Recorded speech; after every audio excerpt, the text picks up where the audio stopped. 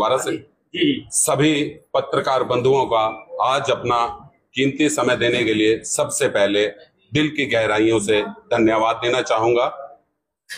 सभी पत्रकार बंधुओं की जानकारी में ये बात लाना चाहूंगा कि जिस मुद्दे को लेकर आज हम सब लोग इकट्ठा हुए हैं, एलिवेटेड संघर्ष समिति करनाल रोड की तरफ से एक संदेश समाज तक और सरकार तक आपके माध्यम से जाए, उसके बारे में अधिक जानकारी हमारे संघर्ष समिति के प्रधान श्री सोनी जी, रघुवीर सिंह जी, ये आपको देंगे। धन्यवाद।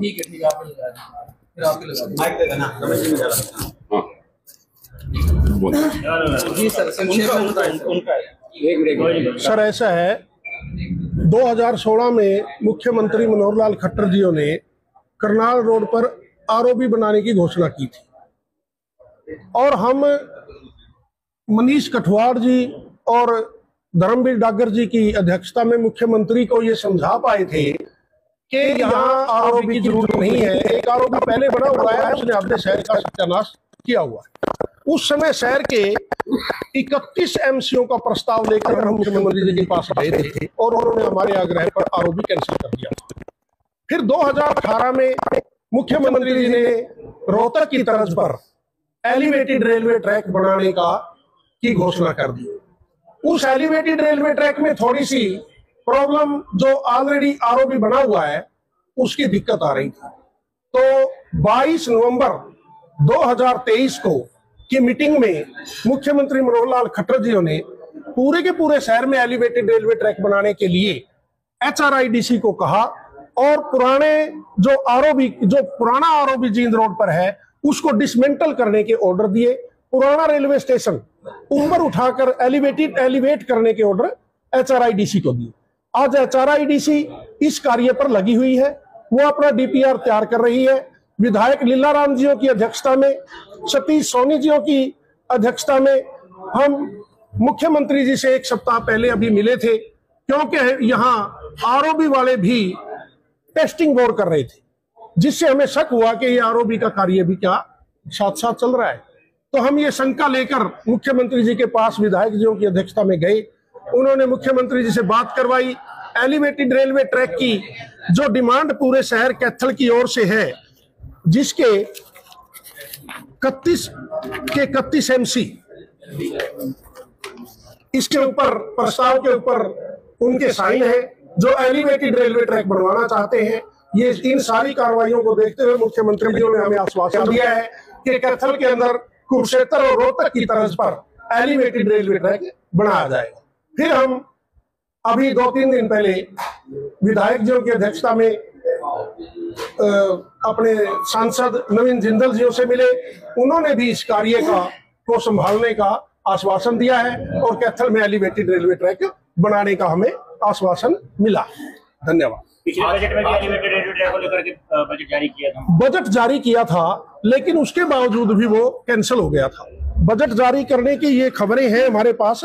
ये पहले इन्होंने बजट जारी किया था एलिवेटेड रेलवे ट्रैक का, लेकिन उसमें जो पुराना आरओबी था उसको लेकर फिर प्रश्न चिन्ह लग गए थे। मुख्यमंत्री जी ने फिर ये कहा है कि उसको डिसमेंटल करो और जो पुराना रेलवे स्टेशन है उसको भी एलिवेट करो। 5 रेलवे फाटके उससे कवर होंगी। 7 किलोमीटर का एलिवेटेड रेलवे ट्रैक बनेगा।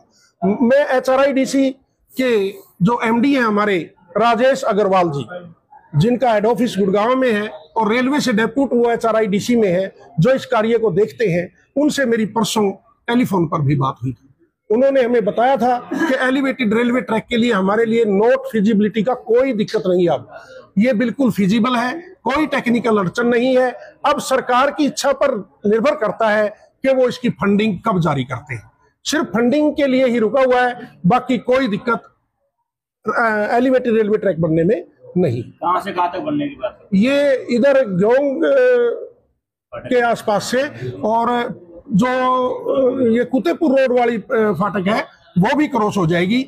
बीच में एक दिक्कत थी कि वो कह रहे थे कि जो मालगाड़ियां हैं उनके हाल्ट के लिए उनको जगह सर्च कर रहे थे। अभी मैंने पूछा क्या वो जगह मिल गई। वो इंक्वायर भी नहीं करना चाहते थे, वो चाहते थे कि हमें कोई सरकारी या पंचायती जमीन मिल जाए। तो उन्होंने कहा कि हमें ग्योंग की साइड में वो जमीन भी मिल गई है। अब उनके सामने टेक्निकली कोई अड़चन एलिवेटेड रेलवे ट्रैक में बनाने में नहीं है, सिर्फ फंडिंग जारी करवाने की बात है, वो सरकार की इच्छा शक्ति पर निर्भर करता है।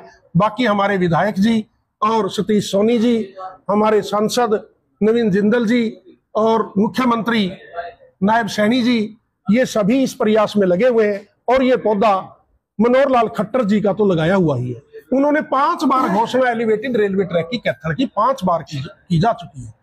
तो हम आशान्वित हैं कि सरकार ये बनाएगी जिससे शहर के एक व्यक्ति को भी नुकसान नहीं होता। एलिवेटेड से किसी एक सिंगल व्यक्ति को भी नुकसान नहीं होता। आरओबी और अंडरपासों से शहर का सत्यानाश हो जाता है, लोगों के संस्थान बंद हो जाते हैं। मेरे पास ये कुछ समितियों के प्रस्ताव हैं।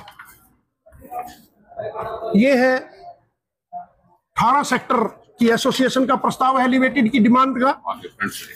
आगे हनुमान मंदिर सुधार समिति का प्रस्ताव भी इसी में डला हुआ है कि एलिवेटेड रेलवे ट्रैक बनाया जाए। जाट शिक्षण संस्थान भी इससे प्रभावित होता है, वो भी एलिवेटेड रेलवे ट्रैक चाहते हैं। और यहां पर एक सबसे जरूरी जो चीज है वो है शमशान घाट, जो फाटक के पास है, जिसके अंदर लोग बहुत दूर दूर से शमशान में आते हैं। शमशान में तो सबने जाना है। अब वो अगर ये आरओबी बन जाते हैं तो उन लोगों को बहुत लंबी सफर तय करना पड़ेगा। जो इस शमशान घाट के बिल्कुल नजदीक है परली साइड, उनको ओवर ब्रिज से ऊपर से कोई किसी को कहीं से बहुत ही दूर पड़ जाएगा, लोगों को बहुत दिक्कत होगी। ये मैं आखिरी बार फिर ये कहता हूं कि हम सरकार से यही चाहते हैं कि वो एलिवेटेड